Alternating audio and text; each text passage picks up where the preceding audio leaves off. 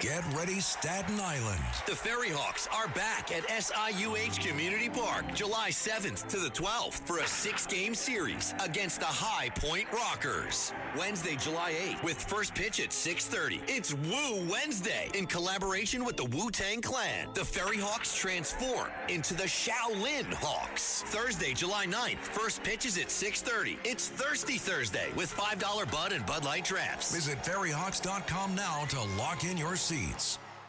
Listen, all you New Yorkers.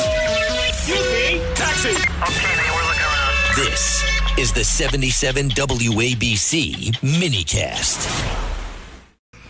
There aren't many political mysteries from 2016 that still have the power to set the internet on fire, like the unsolved murder of DNC staffer Seth Rich. The official theory is that the 27-year-old was shot near his D.C. home during a botched robbery.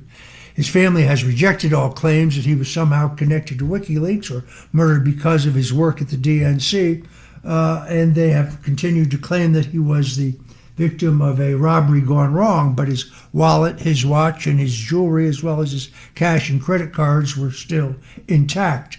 Questions never went away, mostly because so many details surrounding that case were sketchy and made no sense. Seth Rich was killed less than 2 weeks before WikiLeaks began publishing thousands of internal Democrat National Committee emails that literally rocked the 2016 election and exposed the Democrats' bitter and Hippocratic internal struggle, which they had to change their party rules to guarantee that Hillary Clinton would defeat Bernie Sanders, who wasn't even a Democrat a year before he had run for the Democrat nomination.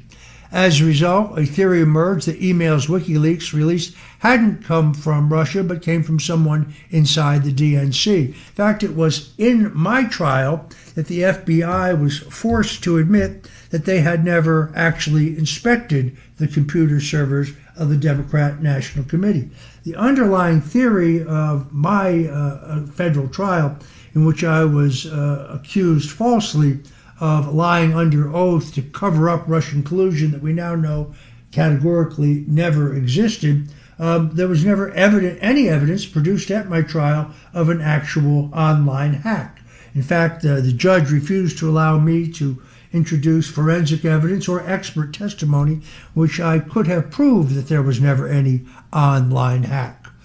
This idea that the WikiLeaks releases came from someone inside the DNC was tied to Seth Rich's name. Many believe to this day that he was the insider who leaked the emails after his candidate, Bernie Sanders, was ousted by Hillary. Now, there's never been any public proof of that claim, and some people who know Seth claim that he wasn't a disgruntled Bernie bro. But then, of course, Julian Assange entered the conversation, and things got a lot more curious. Assange did something then that he never does. He spoke out about a source. He publicly denied that the Russian government or any other state actor was his source. Again, neither at my trial or anyplace else did Robert Mueller and his gang of thugs produce any evidence to the contrary. But then in a 2016 interview about the dangers faced by WikiLeaks sources, Assange unexpectedly brought up Seth Rich's murder. When the interviewer asked Rich whether Rich had been a source, Assange fell back on WikiLeaks' policy of refusing to identify sources, but then offered a $20,000 reward for information leading to the conviction of Rich's murder, which only ignited the theories tenfold. Now, nearly a decade later, a new claim has surfaced, and it's confirmed that the FBI will have some very serious explaining to do. Attorney and former journalist Ty Clevenger, a man for whom I have enormous respect, has spent much of the last decade fighting a federal government for records related to Seth Rich's death. Clevenger took to X with a bombshell post. He said the government attorney has now told him that several hundred pages connected to Seth Rich may have been discovered inside a hidden room at the FBI headquarters. This story is pretty explosive, especially since last year Fox News reported that Kash Patel and his team had located a secret, secure room inside the J. Edgar Hoover building where they found computer drives and thousands of pages stored in burn bags, which are used for classified material that's supposed to be destroyed. According to those news reports, some of the records were reportedly connected to the FBI's Crossfire Hurricane investigation. So perhaps Seth was part of that mission. Clevenger is honest about what he knows and what he doesn't know, so this isn't by any means a done deal, not by any stretch, but it could be something big. He hasn't, of course, received the documents, doesn't know what they contain, and doesn't know if the FBI will release any of them. As it stands right now, he's just reporting what he says a government attorney has told him. However, there's a bigger fight going on about records related to the Seth Rich case. See, at first, the FBI told Clevenger it couldn't find any records related to Rich, but later, court proceedings proved the Bureau had records and assorted material connected to Seth's work laptop and an image of his personal laptop, a DVD, and a tape drive.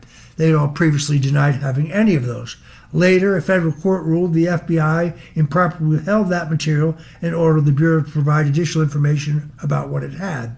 So this is a story that we are going to be watching very carefully. One thing is for sure, the FBI's handling of the records is no longer a conspiracy theory. The Bureau once said it couldn't find anything related to Seth Rich. Court proceedings now prove that that was a lie.